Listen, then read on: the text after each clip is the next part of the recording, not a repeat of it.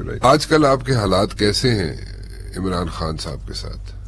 دیکھیں 3.5 سال تو آپ ان سے ملے. میں نہیں ملا ان کو. میں 5 مارچ کو پہلی دفعہ ملا تھا جب مجھے پتہ لگ گیا تھا کہ regime change and all these things are coming.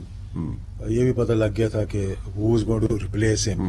تو وہ it was worrying basically, you know, کیوں ایک NRO پاکستان میں ہوا نومبر 2007 میں. اس میں میں یہ کچھ نہیں کہہ رہا. جس نے وہ NRO کیا انہوں نے خود اس بات کا اعتراف کیا. اور مجھے یہ معلوم ہے رانا صاحب کہ ہم پوری کیبنٹ انفارملی پی ایم ہاؤس میں بیٹھے ہوئے تھے شوکت عزیز سمیت, سوائے 2 کیبنٹ ممبرز کے علاوہ 98% of the cabinet told general Pervez Musharraf don't do this and he had no reply. اور کہا جس سے پریشر بھی تو ہوتا ہے. اگر یار if you can't take the pressure then you shouldn't be sitting in those positions. بعد میں انہوں نے اعتراف کر لیا. مشرف سیٹ کے پریشر بھی ہوتا ہے. ہاں انہوں نے پریشر بھی کچھ 2 دفعہ مجھے انہوں نے کہا. ایک دفعہ جب وردی اتارنے کی بات ہوئی I went to his office, you know, مطلب I had lot of respect for him, he had good respect for me. تو میں بہانے سے گیا, میں وزیر تھا, میں ان کو ایک بہانے سے ملا. وہ جو بڑی جلدی میں تھے, میں نے کہا بیٹھ جائیں, میں نے بات کرنی ہے. کیا؟ میں نے کہا یہ میں نے سنا ہے کہ آپ وردی اتارنا چاہ رہے ہیں. کہتے کیوں, کیا پھر کیا؟ This is like way before the decision was taken. This was September I think and it was decided very late after that کہ یہ وردی اتاریں گے اور آئیں گے. مطلب ریومرز تھیں ابھی. ٹھیک. تو کہتے پھر میں کیا کروں؟ تو میں نے ان کو کہا کہ پھر آپ گھر چلے جائیں. میں نے کہا کہ your constituency is not me as a politician, your constituency is this your uniform. اس غلط فہمی میں نہ رہنا. آپ یہ کیوں کہہ رہے ہیں؟ میں کہا میں اس لیے کہہ رہا ہوں کہ I saw my father.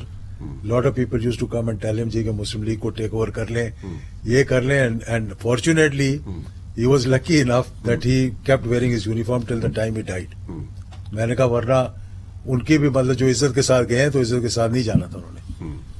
ان کے منہ سے ابرپٹلی لگا. تو پریشر بھی تو ہوتا ہے نا. میں نے کہا سر اگر آپ پریشر نہیں لے سکتے, اور 1-2 ایگزامپلس بھی دیے میں نے ان کو کہ وہ یونیفارم کے اندر بھی تھے تو ان کے ساتھ کیا ہونا شروع ہو گیا تھا.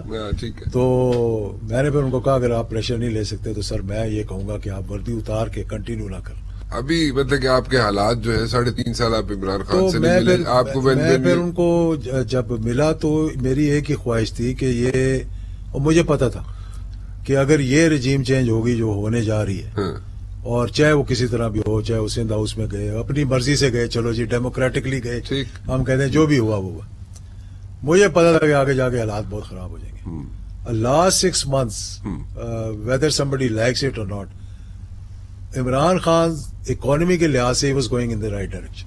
اچھا. through the COVID اکانومی کو صحیح رکھا ہے, بہت بڑی بات تھی. اور ہماری ٹیکسٹائل انڈسٹری, ہماری ایکسپورٹس, they were 6-7% بڑھ رہی تھی. جی ڈی پی گروتھ تھی 6% پہ. مطلب 6% is like during the heydays of Pakistan جو اتنی اونچی جا رہی تھی. تو مجھے پتا تھا کہ یہ جب چینج ہوگا تو وہ کریڈیبلٹی گیپ آئے گا تو پھر ہمارے پہ سارے سب چیزیں گر جائیں گی. تو اس لیے کوشش میں نے کی. کچھ بات میری انہوں نے سنی, کچھ پہ عمل نہیں کیا. کوشش میں نے بہت کی کہ کسی نہ کسی طریقے سے معاملات ٹھیک ہو جائیں, نہیں ہو سکے. 3.5 سال کیوں نہیں ملے آپ عمران خان سے؟ 3.5 سال میں ملا نہیں. دیکھیں ہم نے الیکشن بھی they polled out their M N A and M P as against me. اچھا. وہ ایم این اے ہو گیا تھا, کیا کہتے ہیں اس کو, ڈسکوالیفائی کروا دیا تھا ہم نے. تو پھر انہوں نے اپنے ایم پی اے بھی اٹھا لیے ہمارے خلاف. تو کولیشن میں لڑا تھا.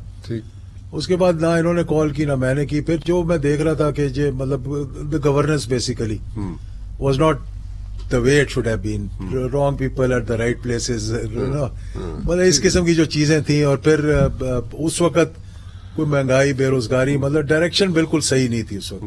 تو میں نے کہا میں جا کے مل کر کیا کروں گا کہ اس کرسی پہ جو بیٹھے ہوتے ہیں ان کو ویسے بھی سمجھ نہیں آتی اگر کوئی بتانے کی کوشش کرے.